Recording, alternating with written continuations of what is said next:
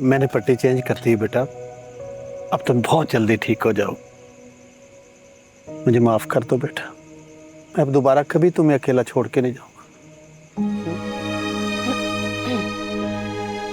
बाबा, नमाज का टाइम हो गया, अब नमाज पढ़ ले। मैं मेहरू के पास बैठ जाती हूँ। दूर हो जाओ मेरी नजरों से। खबरदार मेरे साथ बात करने की कोशिश की तो।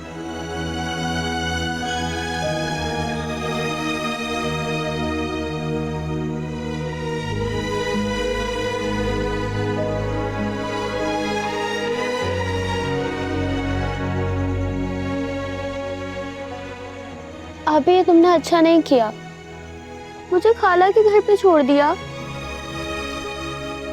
तो तुम्हारी शिकायत ना अम्मी से लगाऊंगी, वो तुम्हें अपने पास बुला के डांटेंगी।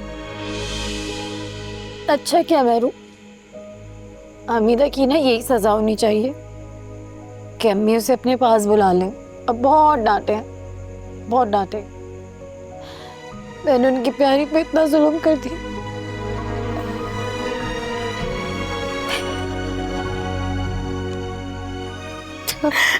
आप ही अब रोए मत, मैं नहीं लगाऊंगी उनके हाथ से शिकायत। बस तुम दोबारा मुझे खाला के पास ना छोड़ना। मुझे माफ कर दो मेरी बहन, मैं खुद गर्ज हो गई थी। अब मुझे कमरे में लेके चलना बस। चल आजो, आजो, आराम से आओ, आजो।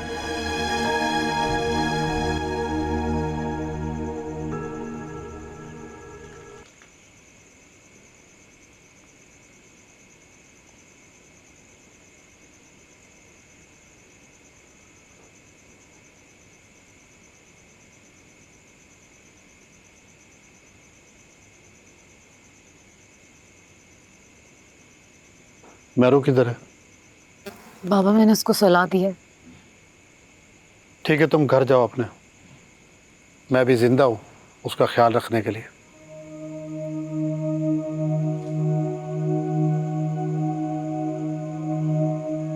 बाबा, बाबा मैं जानती हूँ जो गलती मैंने की है उसकी माफी नहीं है, लेकिन एक बार, बस एक बार मेरी बात सुन लें।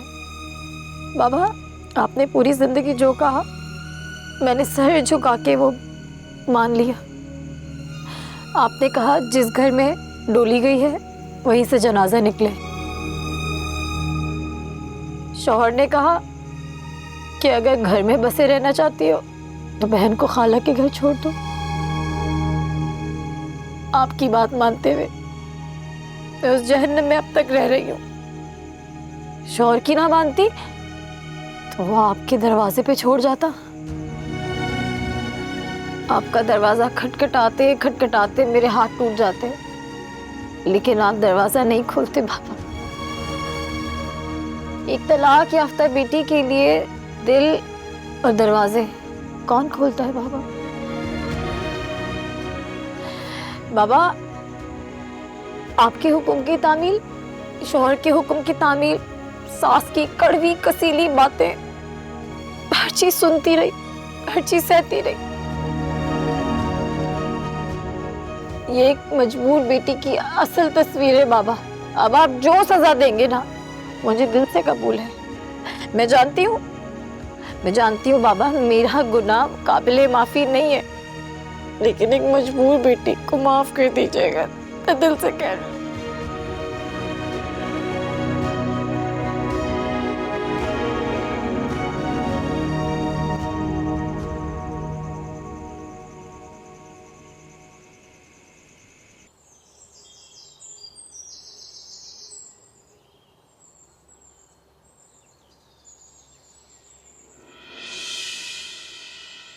बाबा, बाबा मैं आपके लिए चाय बना के लाती हूँ। अब नहीं बेटा, बेटा चाय रहने दो। बाबा, बाबा मुझे माफ कर दे, मुझसे आइंदा ऐसी गलती नहीं होगी बाबा। बाबा मैं मेहरू का बहुत ख्याल रखूंगी। देखो बेटा, तुम माँ के एहसास को बहुत खूबी जानती हो। मैंने भी मेहरों को मां बन के पाला है। मुझसे उसका कोई दुख बर्दाश्त नहीं होता। मैं उसे परेशानी में नहीं देख सकता। का ख्याल रखा करो बेटा, रहना तो छोटी। नहीं, ऐसे नहीं करूँगी। ठीक है, चल। मैं चाय बना के लाती हूँ।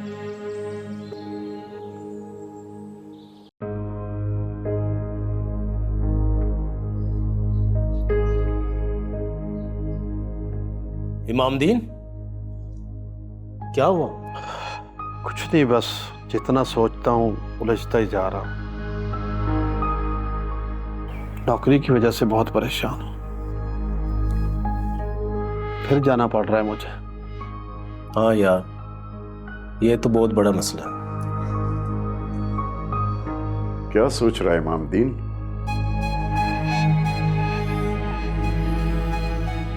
तुम दोनों से अब क्या छुपा है? मेरी सोच का महवर महरू है।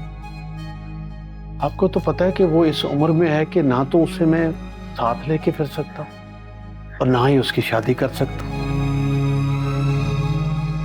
इमामदीन, तुम भूल रहे हो, जब तुमने अपनी बेटी हमीदा की शादी की थी वो भी लगभग इसी उम्र की थी। हाँ, लेकिन एकदम तो सब कुछ नहीं हो सकता ना। यही है कि फिर मैं नौकरी छोड़ देता हूँ। घर के अखराजात कैसे पूरे करोगे? वो छोटी बेटी की जिम्मेदारी भी तो है तुम पे। तो फिर क्या करूं? एक हल है मेरे पास। अगर महरून को तुम मेरे पास नहीं छोड़ सकते तो मेरे पीरो मुर्शिद के पास छोड़ दो। वहीं पलती बढ़ती रहेगी। और भी बच्चियां हैं। तुम्हारा दिमाग तो नहीं खराब हो गया हाजी साहब? अब मैं अपनी बेटी को किसी के घर छोड़ाऊंगा? भाई, पीरी फकीरी में हमेशा से ऐसा होता आया है और अपने मुरीदों की बच्चियों से अक्सर शादियां करते रहते हैं। और तुम्हारी महरों से भी पीर साहब कर लेंगे।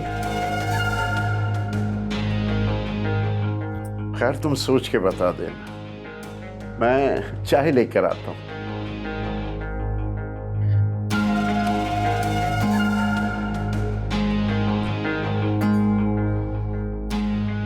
इमामदीन, तुम ये सब कुछ करने का तो नहीं सोच रहे? नहीं, मैं कुछ भी कहने और करने के हालात में नहीं हूं। मुझे कोई रास्ता नजर नहीं आ रहा। रास्ता है, वो बेहतर रास्ता है। कोई अच्छा सा खानदान देख के उसकी शादी कर दो। देखो इमामदीन, मैं तुम्हारा अच्छा दोस्त हूं, तुम्हें गलत मशवरा नहीं दूंगा। अपनी बेटी को जहन्नुम में मत झोंको।